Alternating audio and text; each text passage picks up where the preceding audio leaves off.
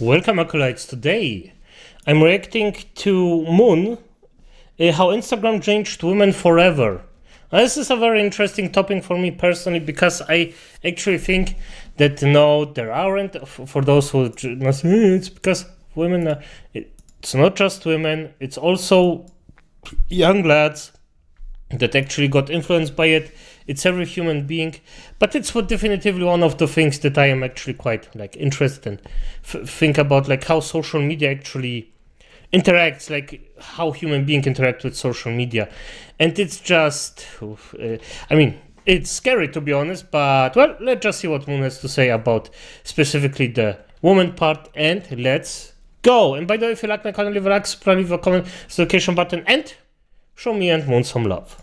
Let's start. If one trend of 2023 shows how far we've fallen, it was the Barbie Botox. Named after the toy's signature long neck, the procedure spread like wildfire on Instagram after the release of the film. A series of injections to the trapezius muscles in the...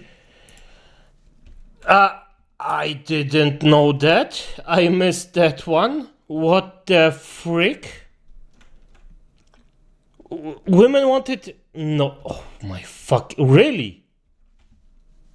The neck renders them unable to contract, which lowers your shoulders and makes your neck look slightly longer. Despite the risk of muscle paralysis and severe pain, thousands of people rushed out to get this hot new treatment. But this is a very recent phenomenon. No one did this in the past. No movie made people do this kind of thing. And that's when you realize that the Barbie Botox is just the tip of a massive iceberg, a trend that's hiding behind the surface. You see, the plastic surgery industry has been booming for years off the back of Instagram and TikTok. Invasive procedures.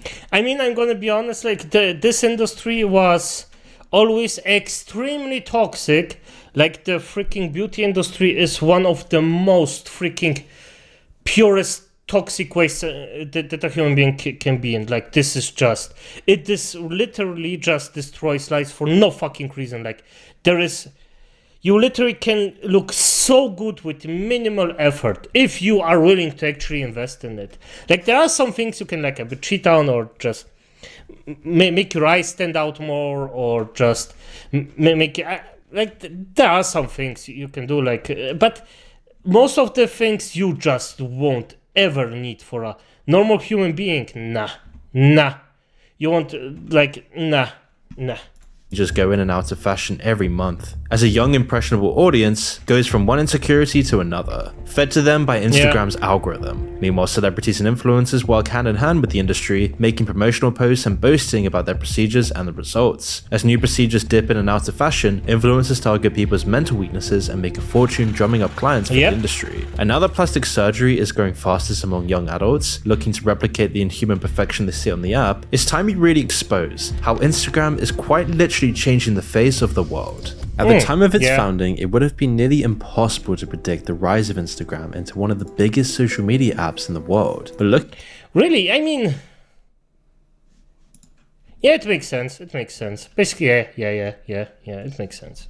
Looking back, it's easy to see that all the right ingredients were there for massive success. It all goes down to the founders Kevin Systrom and Mike Krieger. The pair originally met while studying at Stanford, and even before they had started their careers, they were being headhunted by the big names in tech. Kevin Systrom even turned down an internship at Facebook to spend time studying photography in Italy. Kevin would go on to intern at Odeo, a small app which would later become Twitter, and afterwards he would then get headhunted by Google and worked there for 2 years. But even after a short time in the industry, Kevin was frustrated. He had just been passed up for a promotion and was sick of the culture of the company, and went against all the original ideas of Silicon Valley. Kevin wanted to fully throw himself into a creative idea and exploit an opening in the market by building something of his own. Kevin knew his old college friend Mike was just as ambitious as he was, and so he thought he would explain his vision for a new app, something he would tell Forbes in an interview a few years later. Mike Krieger and I created Instagram because we wanted a way to communicate visually. We realized that we'd be taking all these photos with our iPhones that would sit on our camera roll, and it felt like they should be seen, not necessarily because they were good photos, but because a photo that no one sees isn't really that interesting. Every photo you take communicates something about a moment in time, a brief slice of time of where you were, who you were with, and what you were doing. And funnily enough, their idea would prove to be one of the most lucrative ideas of the 21st century. Kevin and Mike immediately got to work on Instagram, pouring everything they had into this new app, and in just 2 weeks, they had already secured $500,000 of funding from investors, and were starting to get it ready to launch the... Damn, that's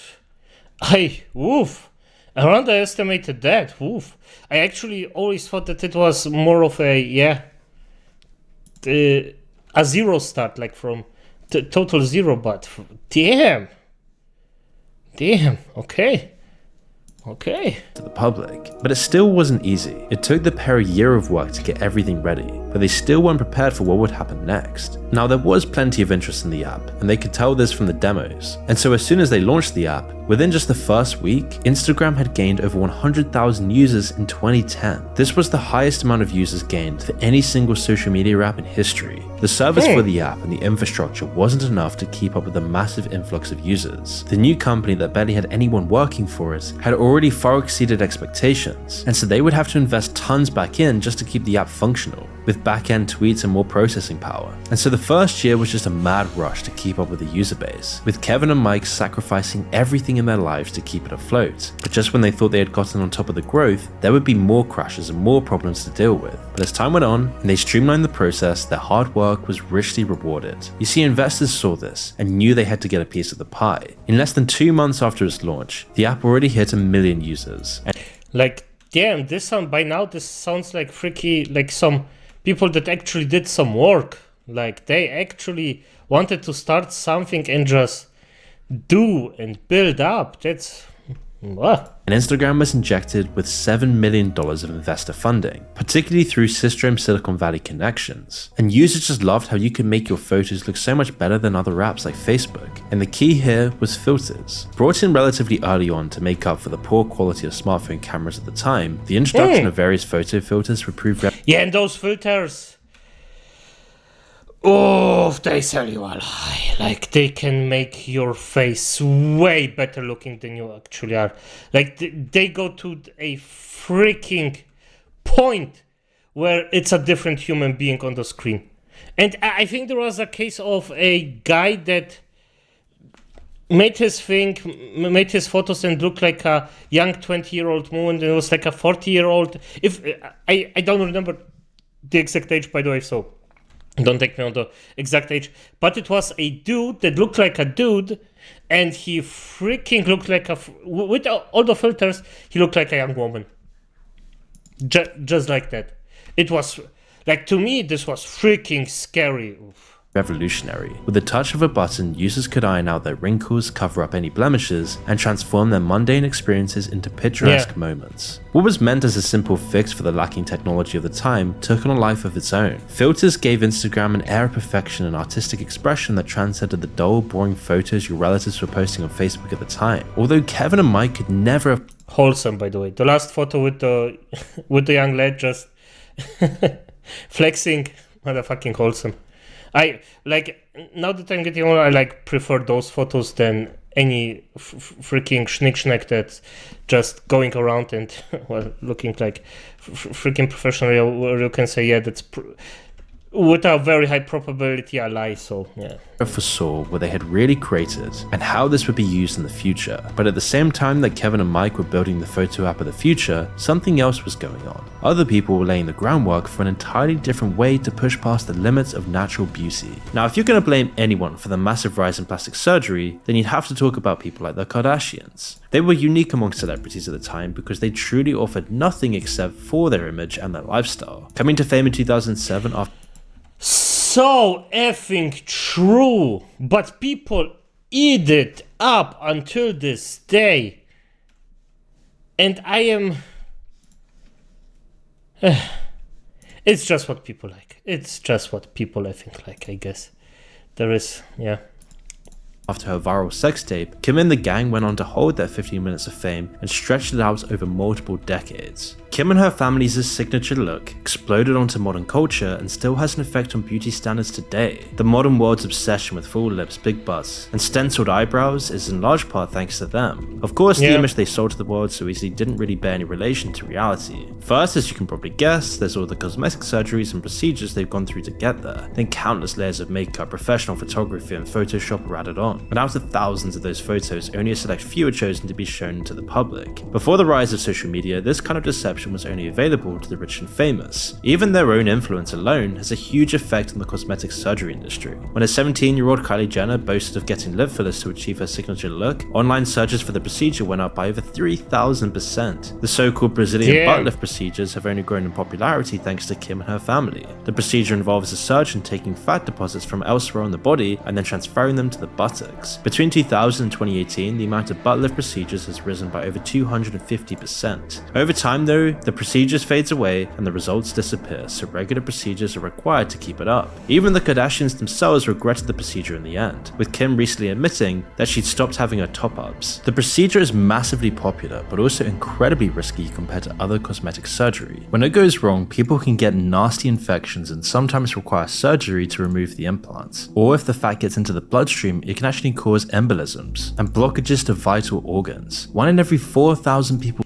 Everyone who actually thinks about that or making this shit, hear him out. Do you want to risk that? Will die as a result of the complications, which is what led to the UK banning it in 2018. Eventually they reversed the decision in 2022 after bringing in new safety regulations, but there's still a whole world of unlicensed practitioners performing a different version of the procedure. While they're not allowed to perform the surgical version with the potentially fatal side effects, they're still allowed to blindly inject people with artificial substances. It's not like the UK's ban really did anything. Damn it, pre-recording all this stuff all on one day. So, let's just go on. Anyway. The people who were determined enough to get it done were freely able to just go abroad to places like Turkey or Mexico where the procedure is completely legal and often mostly unregulated and far cheaper. Even today there's countless adverts for this all over Facebook and Instagram. But nothing has promoted plastic surgery and made the world more plastic and fake than it's ever been like Instagram. The Kardashians might have remained in the background for most people, ending up as has-been stars like so many before them. But instead their recipe for success based on their looks and their status alone was about to go global, and that was all thanks to Instagram. But how did an innocent photo sharing website become the money making machine it is today? The answer and by the way, is Mark Zuckerberg. By the way, because I'm thinking of it, before they said that they actually regret doing all those operations and such, and you don't have to work a day in your life. Shut the F up. Honestly, I have zero sympathy for something like that. You knew exactly what you're doing, and you know exactly what you're actually promoting. So shut the F up. I hope you suffer more. I just despise people like that. If you at least would say, well, I don't give a fuck about it. I did what I had to do. It was my decision if somebody goes in and... No. But if you're faking this, I'm so sorry I did. No, you could have just known this is an altercation in your body. F you for that, promoting that stuff. You see, Zuck's vision for a social media business was a lot different compared to Kevin Systrom or Mike Krieger. While they were thinking about how to make money from people's photos, Mark was interested in commodifying the people instead. Even before Mark started Facebook, he had already demonstrated his true feelings towards his users. While he's rejected that the film The Social Network was true in his account of his website FaceMash. Right, like they just can't wrap their head around the idea that someone might build something because they like building things. The evidence shows that it wasn't that far off. Articles from Harvard newspapers show how he plundered Harvard's registers for pictures of people's faces. He then used these to create a website where people could rank each other on attractiveness, while the backend secretly assigned them their own rating out of 10. While it was quickly shut down, the stunt informed the future development of Facebook to a massive degree. Facebook did the same thing in turning its users into the product, just in a more sinister way. It was all about maximizing engagement for users, whilst plundering all the possible data they could find. And then selling this to advertisers and giving them easy targets for their campaigns was the final step in the profit machine. Whilst these weren't new ideas, Zuckerberg perfected them at Facebook. A combination of aggressive data hoarding and addictive design practices turned Facebook into one of the biggest companies in the planet, almost overnight. But already And that's the problem, by the way, because this stuff is addictive as fuck. And I don't understand how there still, after all these years, aren't any laws against social media. This is, and I mean, because it is more addictive than gaming, let's be honest here. And at least gaming, you can actually do something against that. Like, if your child is a little shit, you can at least do something against it. With social media, there isn't that much. You still can, of course, just look at it and blah and watch it, but still, it's not the freaking same amount you can do. So it's dangerous. It's very dangerous, what I want to say with it. By the early 2010s, and Zuckerberg knew deep down that Facebook would be on the way out at the end of the decade, as he was failing to capture the next generation and was losing out to younger, more organic apps like Instagram. Meanwhile, things weren't amazing at Instagram either. Sure, growth was solid and the business was doing well, but after 2 years of grinding away, Kevin and Mike were sick of doing it alone. Now, they had built up a team by this point, but it was always an uphill struggle to keep up with the growth of the app. Some sort of merger or acquisition would put an end to these troubles. It would give them all the investments they needed, with the added bonus of the infrastructure to push Instagram to the next level. So after turning down a few other suitors, Kevin and Mike sold the company almost entirely to Mark Zuckerberg and Facebook in 2012. Americans share photos on Instagram. A company with only 13 employees bought today. By the way, I totally forgot that Instagram is a Zuckerberg product, or that he actually bought it. I freaking forgot it 100%. Like, this is just something I basically now know again. I know again. Like, this is, yeah. Today by Facebook for $1 billion.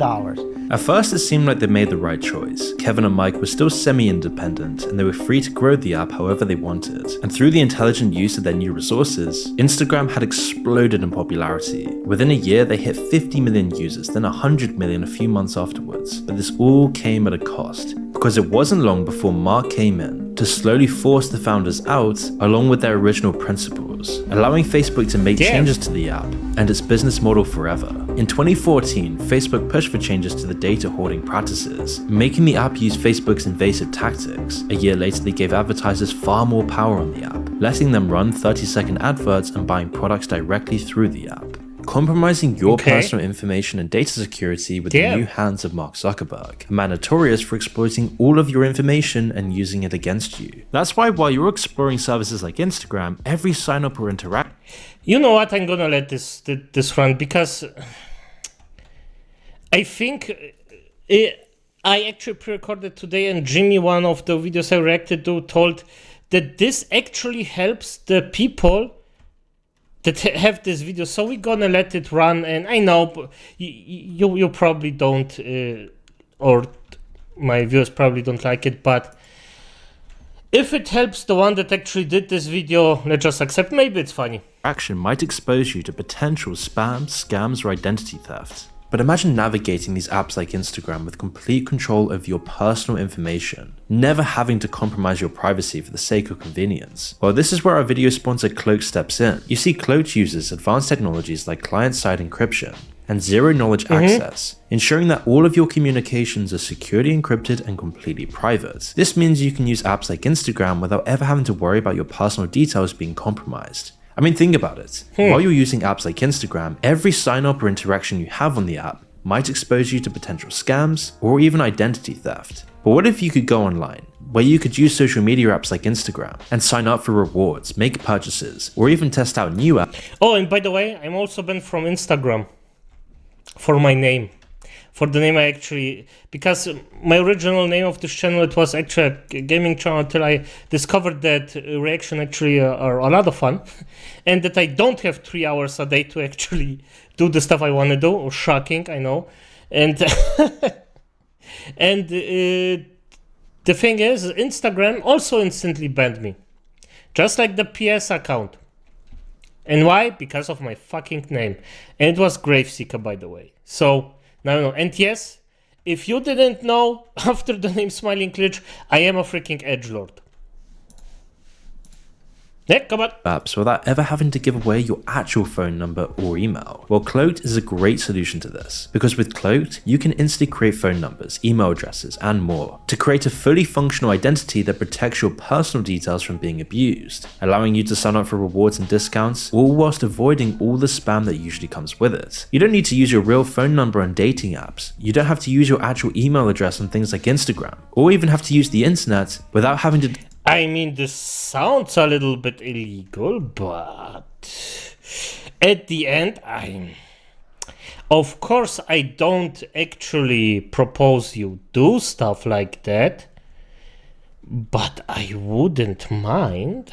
Disclose your personal contact information. At the same time, Cloaked allows you to manage your passwords, texts, and emails via specialized inboxes that's accessible on desktops, extensions, and mobile devices. And if you ever decide you no longer wish to communicate with contacts holding your Cloaked email or phone number, you can simply mute them directly from the app. And with the app, you'll have a unique database that spreads out data, that forges an encrypted barrier between your information and Cloaked. I'm routing your regular phone number for text and phone calls through Cloaked for extra security. So if you want to secure your personal information and not have to deal with all the garbage in your inboxes and messages, be sure to sign up to Cloaked today and make sure to use my link in the description so that you can get a discount too.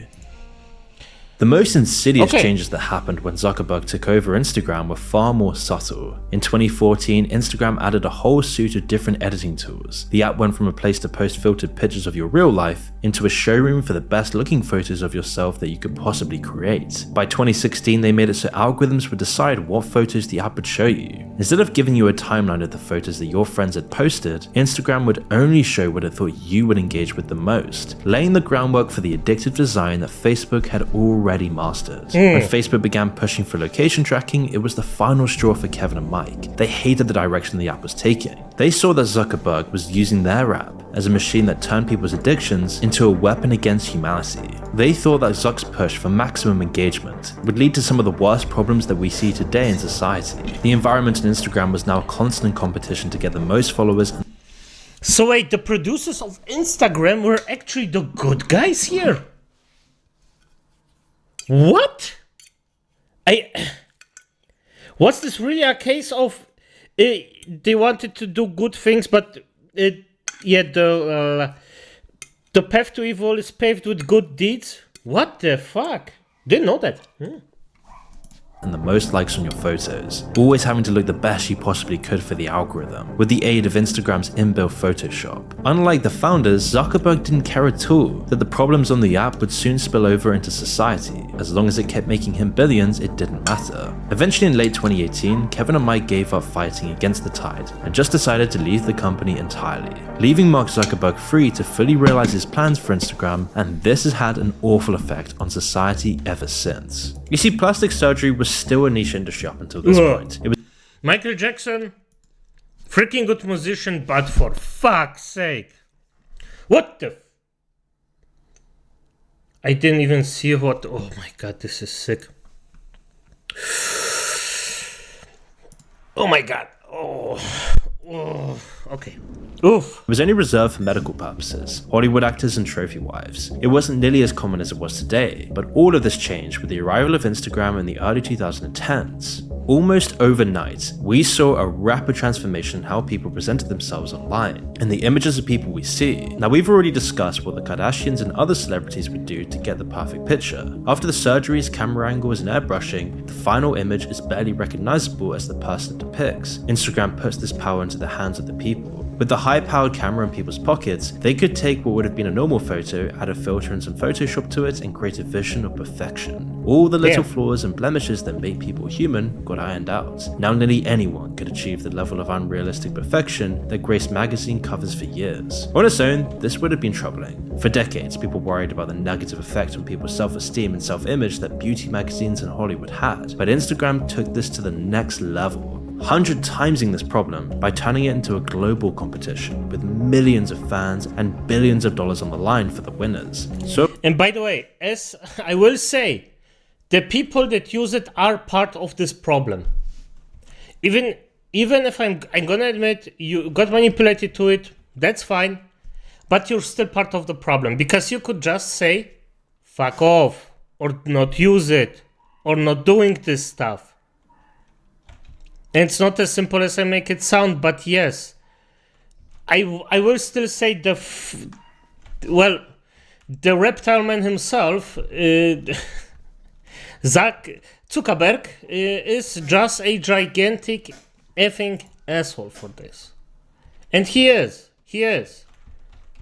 But there are also a lot of people that just went in and got it. And most of them are just children. This is why I don't understand, for the love of me, why the fuck, this isn't illegal. Like, that you can only go on social media if you're 18. This is just, I am baffled by that there still aren't any rules against that. Like, rules like this, I'm sorry for that one. Of course, it wasn't long before people realized that to win this game, you had to go as far as possible. For the Instagram algorithm to bless you, you had to do whatever it took. The more focused on your image you were, the more money and popularity you could get as an influencer. Constantly being dangled over you, your feed showing you all these people, sucked into the same Instagram algorithm, tapping into all your primal needs, playing into men's sexual urges, and for everybody's desire for fame and attention. It became about selling the illusion of perfection. For a successful influencer, every photo pushed this narrative a bit further forward. They showcased their perfect bodies, their perfect lives, relaxing by pools, in million-dollar yachts, penthouses across the world, smiling with their equally perfect friends. It didn't matter that none of this was actually real and that it was all a fantasy. I mean, strip away the filters and the staged moments, and you'd just be left with a sad picture of self-obsession and insecurity. Living this way and focusing your whole life on your image is a terrible recipe for disaster. You would expect models, the people who are selected by society as the best looking people in the world, to have the least problems with critiquing their own appearance. But in fact, it's the opposite. Over 40% struggle with body dysmorphia and disordered eating. But this was just for models. This used to just be for these kinds of people whose entire livelihoods depended on their image. But in the last few years, Instagram has globalized this toxic mindset because of the results of its grand competition for visual perfection. All of the perfect illusions posted by influencers online were eaten up by the hundreds of millions of users Instagram gained in just a few short years. Some parts of Instagram culture, like using filters and photoshopping your selfies, entered the mainstream and affected the rest of the internet. It all had the effect of making everyone subconsciously disappointed with their own comparatively boring lives. If you weren't part of the influencer elite, then your life looked worse than the ones you'd see online every single day. And if you didn't have the flawless figure and perfect face like the influencers, then you just weren't good enough to join the club. The algorithm wouldn't bless you. You'd just be left in the bottom of the barrel, constantly refreshing your likes to see if anyone would give you more attention. And over time, this has led to a huge rise in insecurity, mental illnesses, and body dysmorphia amongst young people in particular. All the perfection made people think that the natural imperfections that everyone else has was something to be ashamed of. Inevitably, influencers were ready to swoop in and sell solutions to the problem they had made worse, most of them promoting harmless temporary fixes like their own cosmetic brands and makeup.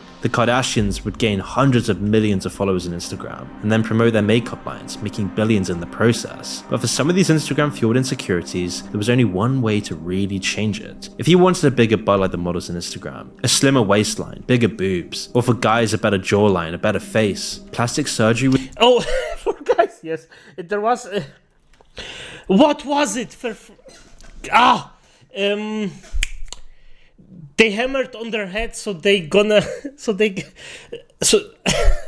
they hammered their heads so the line gets like somewhat even or something like that. It's sick stuff, by the sick stuff. Ugh. It was the easiest and quickest option. It didn't matter that it was fake. If it worked for other people, it would work for you too. The whole insecurity was built on fake image to begin with. And so Instagram has duped tens of millions, even hundreds of millions of people into thinking they had a real problem, and that the only way to fix this problem would be through medical procedures. If you could just save up enough money, maybe you could look like your idol. Maybe then you could get enough likes and attention to finally feel worthy. Little do people realize it's an endless problem that you'll never be happy with. Of course, plastic surgery won't fix your insecurities. After one procedure is over, something else pops up that needs to be fixed. Realistically, even if you don't mind plastic surgery, it's still better in moderation. A few touch-ups could be seen as a positive thing if it doesn't lead to more insecurity, but the beauty standards that Instagram was pushing didn't push people towards moderation. Instead, they made everyone else want to look the same. And the more of your friends that got plastic surgery, the more of your idols that got surgery, the bigger the desire you'd have yourself for getting surgery. People call it the Instagram face, characterized by perfect skin, luscious and full lips, sharp cheekbones, and long eyelashes. It's become what And the thing is, you don't even need that shit. Skincare is so easy. It's literally just a freaking like a few seconds of your daily routine. It's insane. After I started it, and I'm not using this stuff like, yeah, do this and make like I'm having a cream and a face thing where you just bring it on and it sucks the dirt out of your pores, and that's all. And it made me look younger, like freaking, just like that. And I didn't even expect it. I was like, well, I get some pickles for some reason because I'm working a dirty job, so I should do something against it. Okay, I can do this. Okay, fine, I'm gonna do this. And it works. It worked freaking wonders. Millions of young women around the world dream of having. Of course, it's only possible with surgery, Botox and Photoshop, and the world will move on to a different beauty standard before long. But this hasn't stopped people from trying to achieve this illusion. It's especially noticeable in celebrities, and promoted everywhere on Instagram's algorithm. Whether or not plastic surgery is involved, tons of models, singers, and movie stars have slowly changed their image to match the Instagram template. Ariana Grande is a good example. You can see the progression towards the Instagram singularity over time with this picture. Notice how her eyes have gone stretched. The thing is, like, I'm gonna be honest, she gets uglier every single time. Like, the first photo looks like a normal human being. It's fine. But this just gets, like, what is this? This looks like a freaking Barbie doll. Why? Out, her nose has changed, and her lips have gotten fuller. She's also lost an unhealthy amount of weight, which is a huge problem when it isn't healthy. Obviously, people can look whatever way they want to look. Oh yeah, and by the way, just being fat isn't the only thing that's unhealthy. If you're doing it wrong, and you're way too thin, this can have also major consequences. Not as much as being fat, but still extremely, like, really major consequences. So, if you do it correct. But there's something really sad about all of these young people getting duped into thinking their natural beauty isn't good enough. The modern standards that Instagram and its whole culture have imposed on people drives them to do this to themselves. Of course, that's not the only soul-destroying app that pushes people towards cosmetic surgery. Improving your performance on dating apps are also some of the top reasons people go under the knife. The most popular dating apps focus the courtship process almost purely on what people look like. People look at your picture for a second or two, then make a split-second decision on whether you meet their standards. You can easily see why plastic surgery would give you an advantage for this. Filters and editing helps, but it's too obvious if it's done poorly. An artificial face underneath all of that makes the final picture much more effective. Lots of the procedures that give you an Instagram face also work especially well with filters and airbrushing. So much so that some people design their own faces to look especially good in their online photos, whilst losing something when you actually look at them. While you may think the Instagram face looks good on Instagram itself, next to a group of normal people in real life, it just looks kind of strange and alien. One thing about all the ways Instagram has led Yep. Like shit, to be honest. It looks scary, like in a freaking horror movie. To the rise in plastic surgery is that it doesn't discriminate by age. In fact, young people and even teenagers are much more susceptible to the coordinated attack on your self-image that Instagram delivers. While the Instagram face doesn't really bear any relation to people's natural faces, it is similar to someone who's in their early to late 20s. All the teenagers browsing Instagram and wishing they looked that good attempted to get procedures that make them look older rather than younger. This is the reason why plastic surgery and cosmetic procedures are growing fastest amongst people under 30, and even faster in teenagers. Some of these procedures are what's called preventative plastic surgery. People are getting Botox and other things done in order to prevent future wrinkles, not just fatten the ones already there. I mean, it's truly insane that people are trying to fix a false problem that hasn't even happened yet because of one app. Another far more disturbing procedure is buccal fat removal. It's been all the rage on Instagram for quite a while now because it matches the current beauty standards online. Even if you don't know what it really is, you'll recognize the effects. In the procedure, a surgeon makes cuts inside the mouth and removes what's called the buccal fat pad, which rests under the cheekbones. The result is far more prominent cheekbones and that sunken, hollow look that's all the rage right now. It makes you look far older and your face look thinner, but it's not without giant risks. The procedure itself can be painful and dangerous, but as people get older, their faces naturally get thinner and the natural layer of fat on your face gets less prominent. It's an irreversible procedure. All of the people getting it might regret it in 10 years down the line, unless they were going for that skeletal look in the first place. If we want to look at where we might be in the future with the rise of cosmetic surgery, we only need to turn. For fuck's sake, I'm a fan of Jack Skellington, but F me. Disgusting. To South Korea. The country is in the future of plastic surgery. A third of Korean women aged 19 to 29 have undergone the knife, and the numbers just keep on rising, especially amongst young people. 60% of South Korean high school students want to get surgery in the future. There's even stories of young people winning plastic surgery vouchers from their schools to help with their future careers. So what's going on here? And is this a warning for the future of the West? Well, one theory is that it's all part of a push towards stricter conformity and a move away from individualism. In a culture where your social standing and your reputation are highly valued, losing face can mean everything. Breaking cultural norms and deviating from what's expected of you can damage both you and your family's reputation. With so much value put on that by everyone else, people who break away get ostracized and excluded from society. One of the many problems that this can cause has come about with modern society's focus on looks and aesthetics, both in the West and in South Korea. While we might have Instagram face, it's a relatively new development compared to South Korea's rigid beauty standards. The same facial features are valued above all others and plastered on every billboard, commercial, TV show, and music video.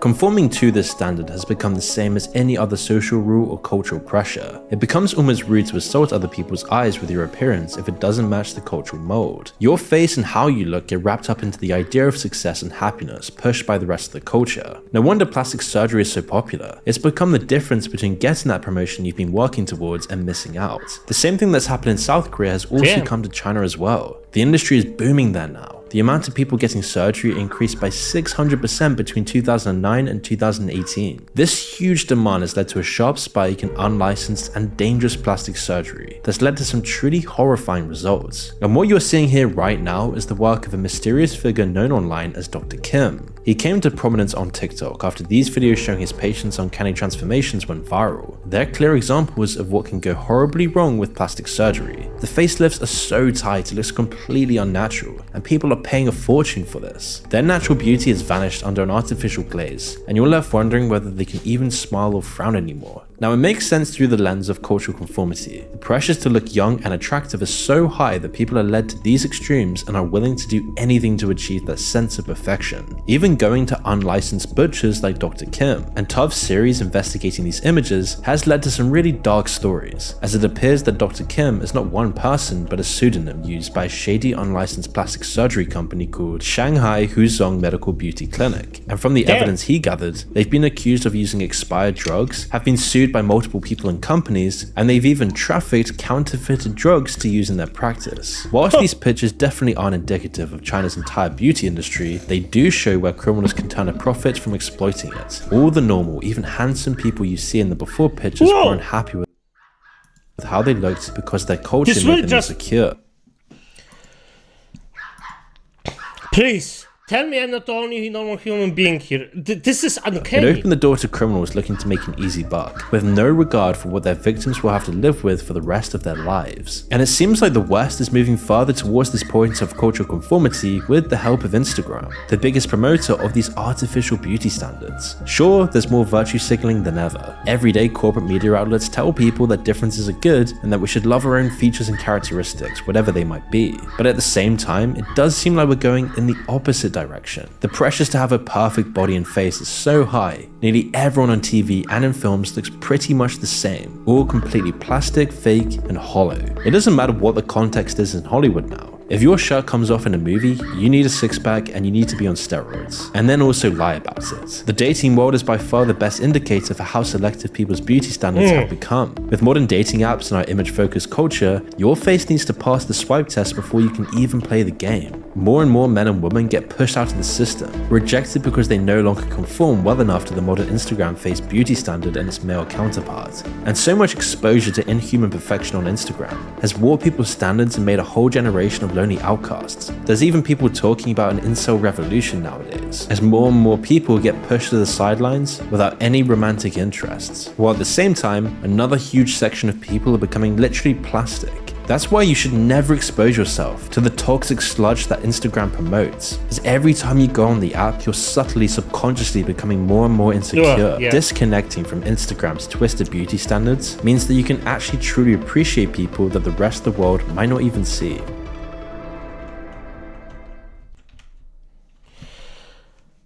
The real question is what good he video, did. by the way, good video, but oof.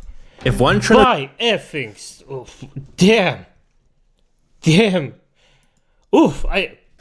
Okay.